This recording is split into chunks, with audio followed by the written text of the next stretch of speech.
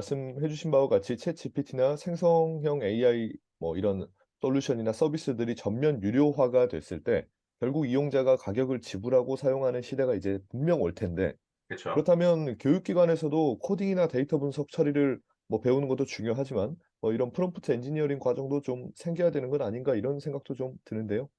네. 뭐 충분히 가능하다고 보고요. 저는 일단은 만약에 교육 분야에서 이런 게 있다고 하면 사용법보다는 오히려 근원적인 리터러시 교육이 필요하다고 생각해요. 제가 이제 뭐 방송이나 여러 가지를 외칠 때 하는 얘기인데 AI 리터러시라고 하는 관점이 중요한 것 같습니다. 음. 왜냐하면 이 생성형 AI는 마치 좀 이렇게 표현하고 싶은데요. 예전에도 통계 패키지라는 것들이 있어요. 그 통계 패키지들의 특징은 그냥 클릭하면 결과값을 내뱉습니다. 근데 그 결과값이 맞는지 틀리는지는 또 다른 검증을 해야 돼요. 근데 내가 툴의 사용법을 몰라도 일단은 클릭하면 결과값이 나오거든요. 그럼 내가 만약에 클릭해서 결과값을 만든다고 그게 진짜 맞는 거냐 틀린 거냐라는 건 다른 얘기입니다. 근데 지금까지의 AI는 사람들한테 접근성이 떨어졌기 때문에 이걸 어느 정도 공부하거나 알 수 있는 사람들만 거의 접근할 수 있었어요. 그러다 보니까 오히려 오류율이 떨어질 수 있는 것이죠. 근데 지금 생성형 AI에서 특히 챗GPT가 촉발시킨 가장 큰 변화는 결국엔 사용자들의 접근성을 높였다는 거거든요. 그러니까 뭔가 기술이 엄청 좋아졌다라기보다는 실제로 이제 챗GPT가 처음 나올 때도 이제 거기에 있는 공동 대표가 얘기했지만 1년 전 기술을 활용했다라고 얘기했거든요. 그래서 기술 자체가 어떤 최신이라기보다는 그걸 얼마나 사용자들이 쉽게 접근할 수 있게 했느냐라는 거고, 그 접근성 때문에 전 세계에서 이미 수억 명들이 이제 거의 뭐 1억 7,500만 명 이상을 추산하고 있는데 그 사람들이 이미 지금 쓰고 있다라고 볼 수 있을 것 같습니다. 그렇다면 사용자들이 지금 어떻게 치든 결과값은 다 나와요. 그럼 반대로 왜 이게 이렇게 나오는가? 그리고 또 이것이 그럼 가질 수 있는 장점이 무엇인가? 반대로 이것이 사회적으로 미칠 수 있는 단점이 무엇인가? 그렇다면 우리가 근원적으로 이러한 그 챗 GPT 같은 녀석들이 우리에게 미칠 수 있는 사회적인 영향력이 무엇인가? 이런 것들을 먼저 고민하고 생각을 한다면 대화라고 하는 건 우리가 생각해 보면 대화의 기술을 학교에서 뭔가 구조적으로 막 가르치진 않잖아요. 내가 대화하는 어떤 사람에 대한 이해가 필요하고 대화를 하는 어떤 현상이나 내가 말을 했을 때 영향력에 대해서를 오히려 잘 가르치면 대화하는 방식들은 사람마다 조금씩 다를 수 있다라고 하는 게 제 생각입니다. 그래서 분명히 말씀드린 대로 비즈니스 관점에서 API를 효율화하기 위한 어떤 프롬프트 엔지니어링이 필요하긴 해요. 하지만 그거는 일부 사람만 잘하면 되는 거고 정말 그걸 비즈니스를 하기 위해서. 반대로 이제는 전 세계의 모든 사람들, 특히나 우리나라 모든 사람들도 이런 생성형 AI에서 내가 쓰든 안 쓰든 영향을 미칠 수밖에 없습니다. 왜냐하면은 그들이 만드는 콘텐츠가 결국 글이거든요. 그럼 글이라고 하는 건 지금도 가짜 뉴스 만들 수 있고 지금도 이게 진짜인지 가짜인지 모를 책들도 쏟아질 수 있단 말이에요. 그렇다면 결국에는 사용자들이 '아 이런 것들까지 생성형 AI가 할 수 있겠구나.'라고 하는 걸 인지하고 그럼 또 역으로 '아 내가 보는 지금 콘텐츠가 이게 사람이 쓴 게 아닐 수도 있겠구나.'라고 하는 거를 느낄 수 있게 하는 즉 리터러시 교육이 무조건 필수적으로 전 필요하다고 생각합니다. 이거는 단순히 학교에서만 할 게 아니라 지금 모든 전 국민이 꼭 해야 된다고 생각을 하고요. 왜 그러냐면 제가 실제로 강의를 챗GPT 실습 강의를 하면 막 60-70대 어르신분들도 막 들어와서 하세요. 왜냐하면 그분들도 대화를 하는 거니깐요. 그렇게 되면 전국에 영향을 미칠 수 있기 때문에 이런 AI 리터러시라고 하는 게 오히려 더 중요하지 않을까. 그리고 분명히 프롬프트 교육도 중요하지만 먼저는 AI 특히나 생성형 AI가 사람들에게 미칠 수 있는 영향에 대한 교육이 우선이다라고 생각합니다. 뭐 그런 관점에서 저도 좀 웃긴 책을 하나 내긴 했었는데 뭐 그렇긴 합니다. 네. 음. 그 생성형 AI 결국 달리나 뭐 미드저니 뭐 그리고 챗GPT 등도 다 명령어 작성이나 질문을 잘해야 한다고들 말씀을 전문가들께서 다 하시는데, 그러면 네. 인터뷰를 보시는 분들께 팁을 하나만 주실 수 있나요? 잘하는. 음. 네 잘하는 방법. 이것도 이제 툴마다 좀 다르긴 한데요. 일단 말씀하신 것처럼 왜 질문을 잘해야 되느냐. 정답은 인공지능이 그러니까 답은 인공지능이 해 주니까 여러분들이 질문을 잘하시면 되죠. 근데 뭐 챗GPT만 일단 놓고 좀 말씀을 드리면 질문을 꼭 한 번에 잘하실 필요가 없어요. 그러니까 역으로 GPT라고 하는 녀석의 어떤 가능성을 여러분들이 먼저 막지 않으셨으면 좋겠습니다. 그럼 어떻게 하면 되느냐? 질문을 연달아 하시면 돼요. 생각보다 이걸 잘 모르시는 분들이 많아요. GPT가 갖는 가장 큰 특징, 그리고 대화를 하기 때문에 이 대화가 기존의 챗봇하고 다른 게 앞의 내용을 인지한다는 겁니다.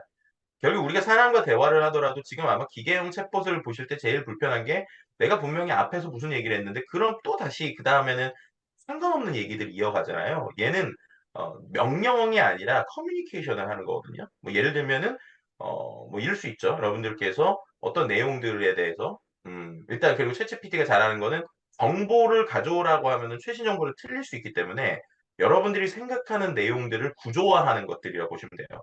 예를 들면 실은 제가 챗GPT 갖고 요런 책을 썼는데 이 샘 알트먼처럼 생각하라는 책을 썼습니다. 근데 이 책이 내용을 진짜 죄송한 얘기지만 제가 검증을 하나도 안 했어요. 그래서 제가 이건 이제 리터러시 관점에서 좀 실험적으로 낸 책이라 주문형이고요. 막 책을 막 몇천 부 찍고 이러진 않았습니다. 그래서 뭐 잘하는 얘기 좀 보여드릴 것 같은데 근데 이걸 왜 보여드리냐면 제가 목차를 짜달라고 한 거예요, 얘한테. 어떻게 한 거냐? 제가 GPT-4한테 이렇게 시켰습니다. 어, 내가 책을 쓰려고 해. 제가 200페이지 분량을 쓸 거야. 근데 책 제목은 샘 알트먼처럼 생각하라야. 목차를 짜줄래라고만 시킨 거예요. 그러니까 이게 이제 우리가 보통 야, 챗GPT가 이렇게 돼? 라고 할 수 있는데 그러면은 알겠습니다 하고 목차를 짜주는데 얘가 목차를 엄청 잘 짜줍니다. 예를 들면 이게 보이실지 모르겠는데 이게 실제로 목차 짠 거거든요. 그래서 1장부터 해가지고 얘가 총 보면은 한 10장까지 결론까지 목차를 다 짰어요. 왜냐면 이거 200페이지 분량이니까. 근데 이렇게 하면 목차 짜고 나서 그 다음 어떻게 하지라고 하는데 제가 어떻게 했느냐? 얘가 목차를 짠 걸 보면 1장이라고 됐지만 그 다음에 1.1 기업가 정신 이런 식으로 시작을 하거든요. 그럼 제가 시키는 거 되게 쉽습니다. 어, 1.1 써줘라고 얘기한 거예요.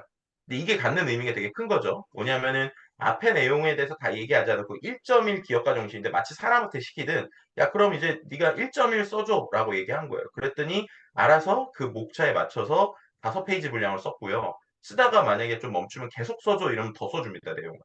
그래서 결국 연역적으로 대화하는 게 상당히 중요해요. 그리고 만약에 또 챗GPT가 틀릴 때가 있습니다. 또 틀리면 가끔씩 틀린 걸 보고 아 얘가 틀렸네 이거 이상하네 하고 끄시는 분들이 있는데 아니에요. 틀린 거를 고쳐서 얘기하면 그 대화 안에서는 그 틀린 거를 인지하고 다시 써줍니다.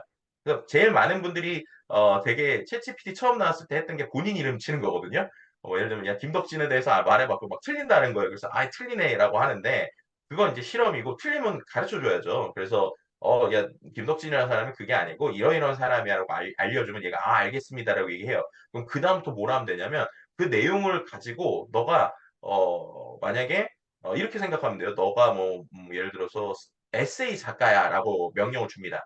에세이 작가라고 명령을 주고 그럼 네가 알고 있는 이제 김덕진에 대해서 한 뭐 20줄로 써줘라고 하면은 그 내용을 기반으로 아주 또 재미있게 잘 써주거든요.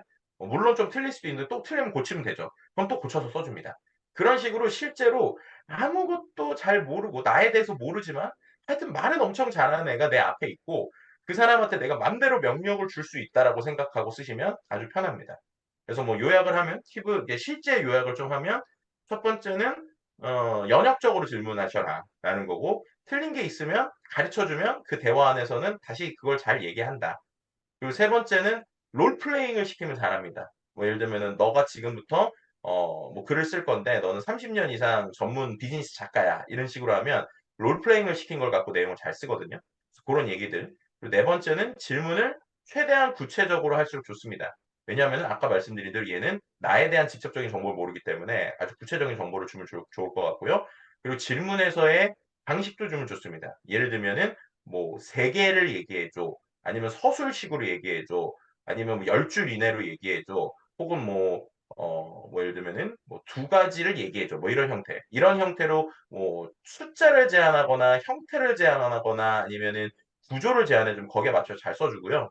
그다음에 또 한 가지 말씀드릴 수 있는 건 언어입니다. 언어. 예를 들어서 쉽게 얘기해 줘. 중학생처럼 얘기해 줘. 아니면 중학생이 이해할 수 있을 수준으로 얘기해 줘. 이런 식으로 하면 전문 용어도 자주 풀 써 주거든요. 그런 것들을 좀 쓰시면 좋을 것 같습니다.